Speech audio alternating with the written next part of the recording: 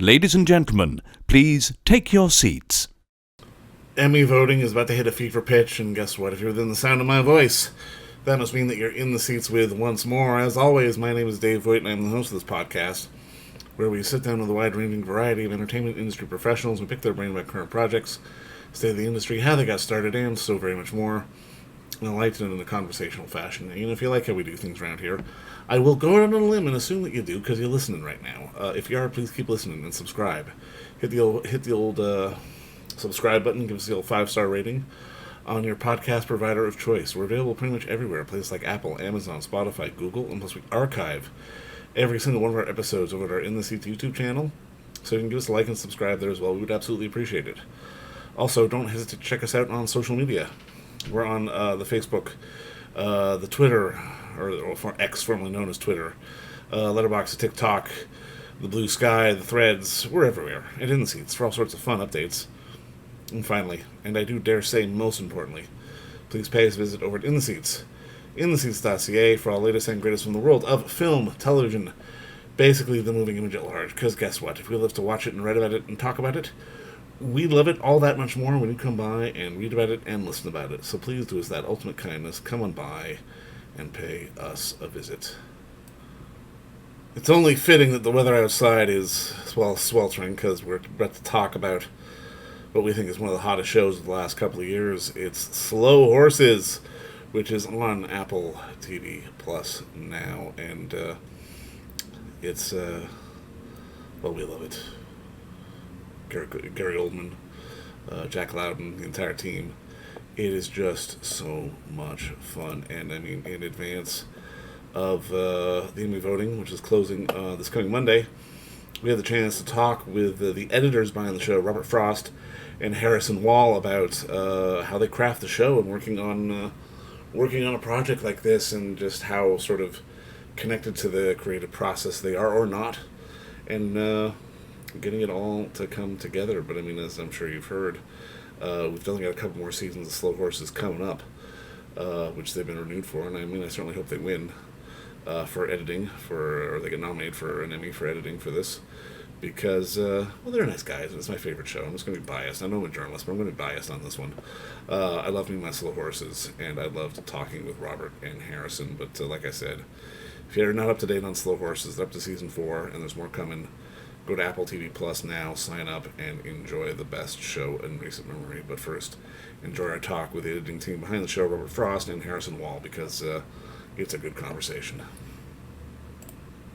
All right, well, Robert, Harrison, I mean, obviously, first off, just thank you guys. Thank you so much for the time today, and congrats on your work on Slow Horses Season 4. Thank you so much. Thank you. Now, I mean, the thing that always fascinates me, and this might be a loaded question, but it's one I have to ask. Like, I'm always curious how editors come on to do like an entire run of a series. Like, do you both get hired at the same time? Is it like, do you just get sort of put into one office together and go, okay, here's your editing partner, go? Like, I'm always curious how that dynamic is.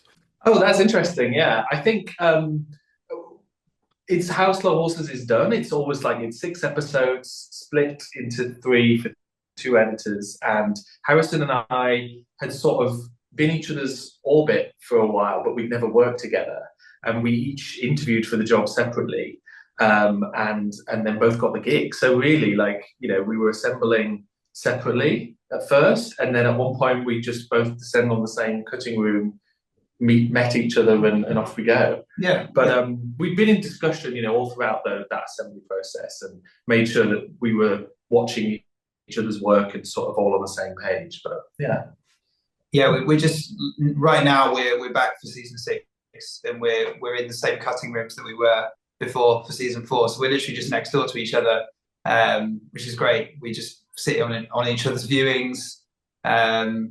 Yeah, it feels like a really nice sort of, you know, team collaboration, really. yeah.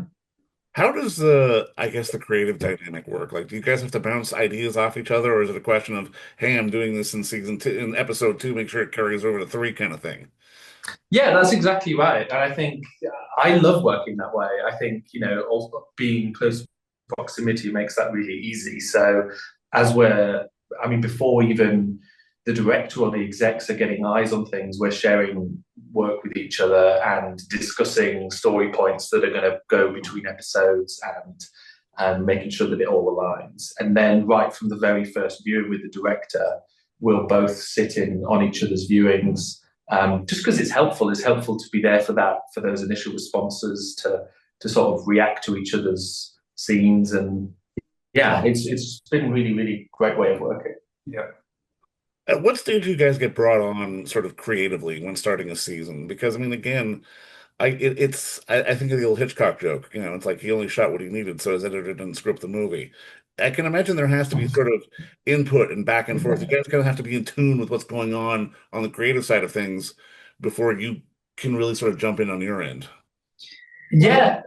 Yeah, I mean, we obviously, yeah, we get brought on, just not probably not, well, on season 4, it was like not that long before they were about to start filming. Yeah. And then literally our day one is more or less the day one of that they film, and we're just getting the footage coming in. I'm always working at home at that point, and yeah, we just spend a few months just sort of going at the same pace as they're filming, and then eventually we're here at the end. It is strange for a number of months. Yeah, it is strange because there is this period where you're just receiving dailies, sort of every day, watching stuff, and it sort of feels like it's just the two of us. Yeah, it feels like we're like the only people watching this show in the entire world, which is quite exciting. Yeah, it's such a privilege, and you're just putting it together, and then eventually start showing it to people. And you know, on season 4, I got to go to set for a bit of it, and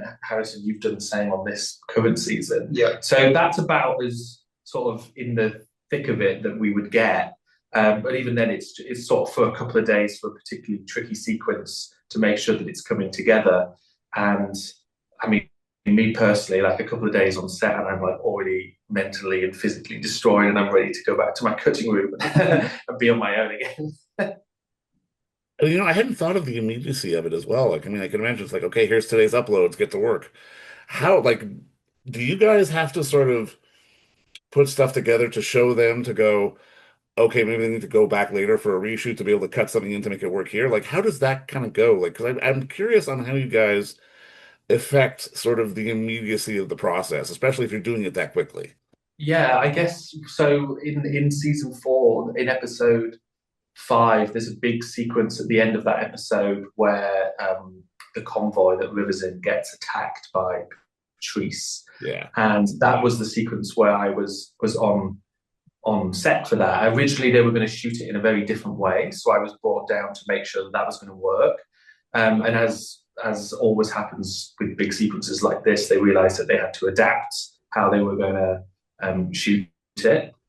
And then it turned out that it was very helpful that I was there on set, because basically they could shoot something and we could immediately grab it from the camera team and the DIT and put that straight into the Avid and just start editing, and just to check that things were going to work. And that was super fun, because then there's stuff that's usually punted down the line to final post when you're thinking about, oh, I wish we'd had this line and we have to go and record it in ADR.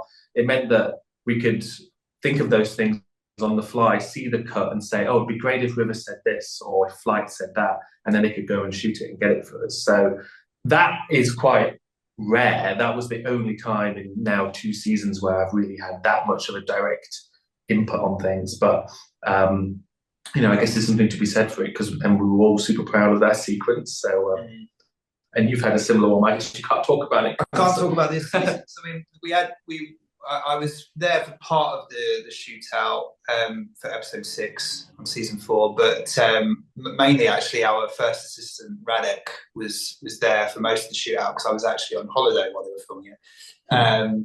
So we you know, it was great sort of having somebody there just to make sure that everything was kind of working and cutting well. Other than that, you know, we have a good relationship with Adam, the director. He, you know, will, if we really, really feel we're missing something or got any concerns, we'll text him. But it's so rare. You know, usually everything works. And even if we think something's missing, sometimes it turns out it's not needed anyway. Like, yeah, it's sort of like they're moving so quickly, even though they, with the sets like Slough House and the park, they're standing sets and they can go back and pick stuff up if we need it.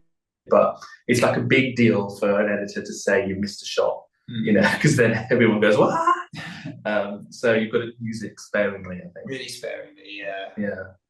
How does the immediacy that you guys can work at sort of change the job? Because I mean, again, from the layman, from someone on the outside looking in, they think of editing as, oh, that happens down the line, but it feels like it's happening in the moment now. Yeah, I used to think that as well until I actually got into a cutting room, as a runner and a PA sort of position. I assumed that it was all done afterwards, but it's the norm. Certainly in TV, I think sometimes in film they might not be quite as up to the minute because they know they have more time in the back end in post. But yeah. I mean, the great thing about Slow Horses is that they bring on both editors for the entirety of the shoot, which not a lot of TV shows do.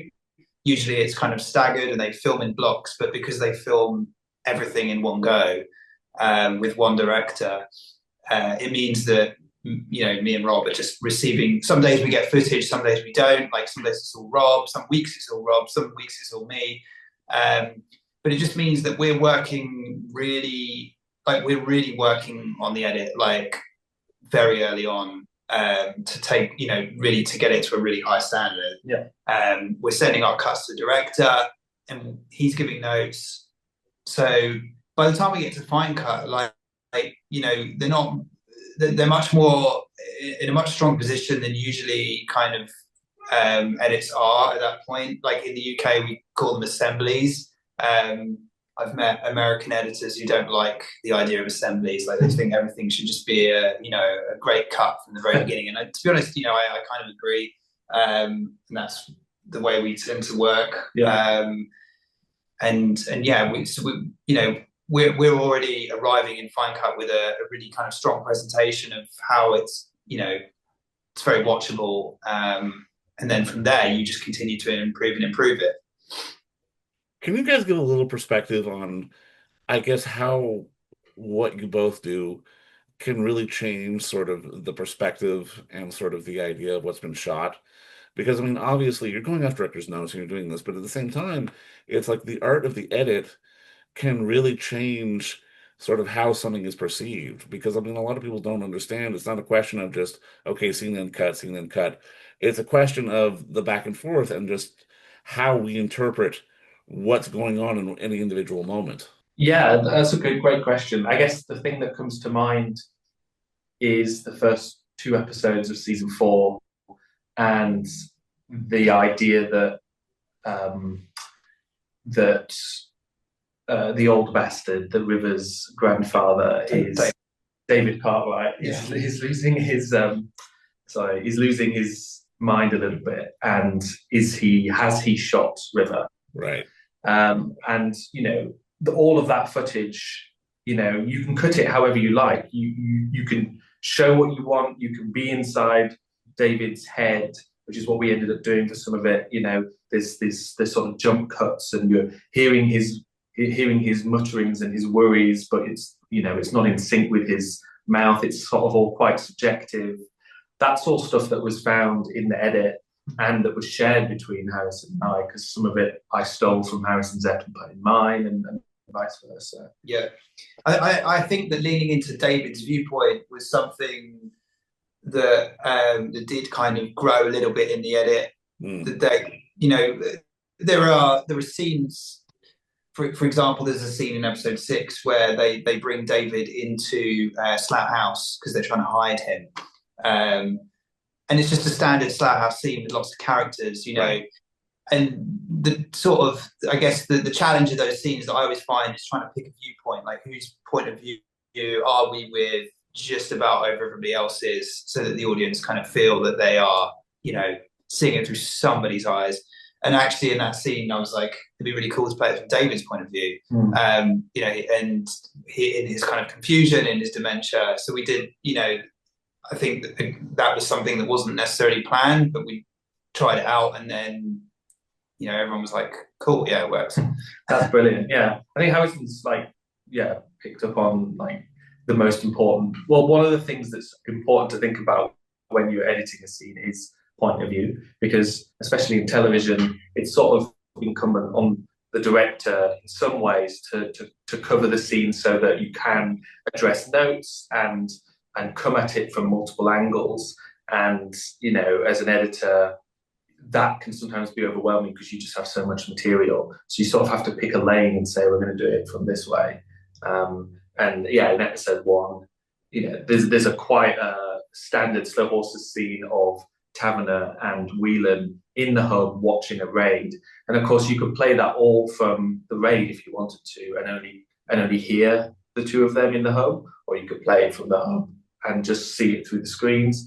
So as an editor, that's quite a challenge, but it's also quite fun because you can sort of decide when are we going to go from this side of the screen essentially to the other and actually be with the SWAT team and all that sort of stuff.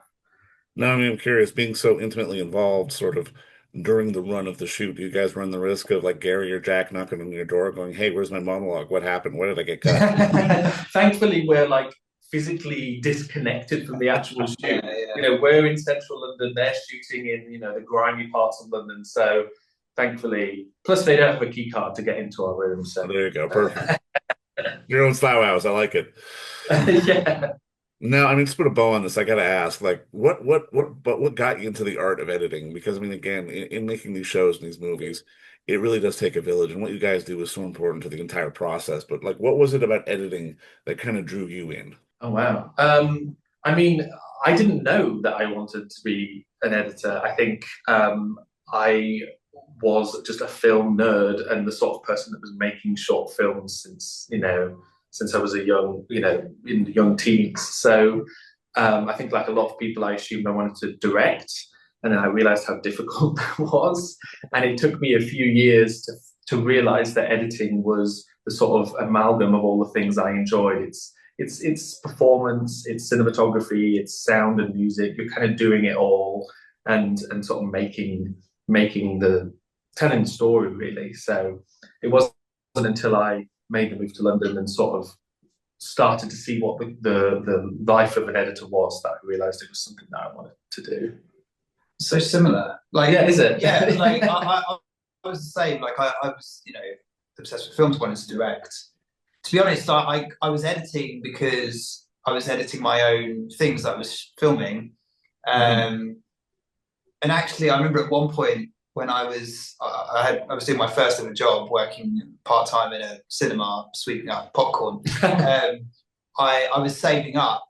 I was debating whether to save up for a camera or to save up for a laptop and editing software. And I went for the editing software because I thought there's no point in getting a fancy camera and shooting all this stuff if I've got nothing to edit on. Right. So I got the editing software. I thought even if I shoot it on a rubbish camera, I can cut something. Yeah. But yeah, that's kind of where it started. Yeah. That's great. Well, I mean, guys, just honestly, thank you for the work on what is probably my favorite show. I absolutely love it. And I mean, I'm a little jealous of you guys because you're ahead of where I'm at, obviously, with the show. So yeah, just obviously, I'll let you guys go. I don't get a screening to go to or something, but just again, congrats on the work and thank you both for the time today. I really appreciate this. Yeah, thanks for your time as well. Thanks so much. Yeah. And when you eventually get to see the other seasons, let us know what you think. Absolutely, man. Absolutely. Thanks again for the time, guys. Thanks so much. Bye. Bye. And don't forget to visit our friends over at Bay Street Video for all your DVD, Blu-ray rental, or purchasing needs this summer, as they are still open for curbside and some mailing delivery as well. Over at 1172 Bay Street, Toronto, Ontario, Canada, you can give them a call at 416-964-9088. That's 416-964-9088. Or send them an email at baystreetvideoto@gmail.com for any of your DVD and Blu-ray needs.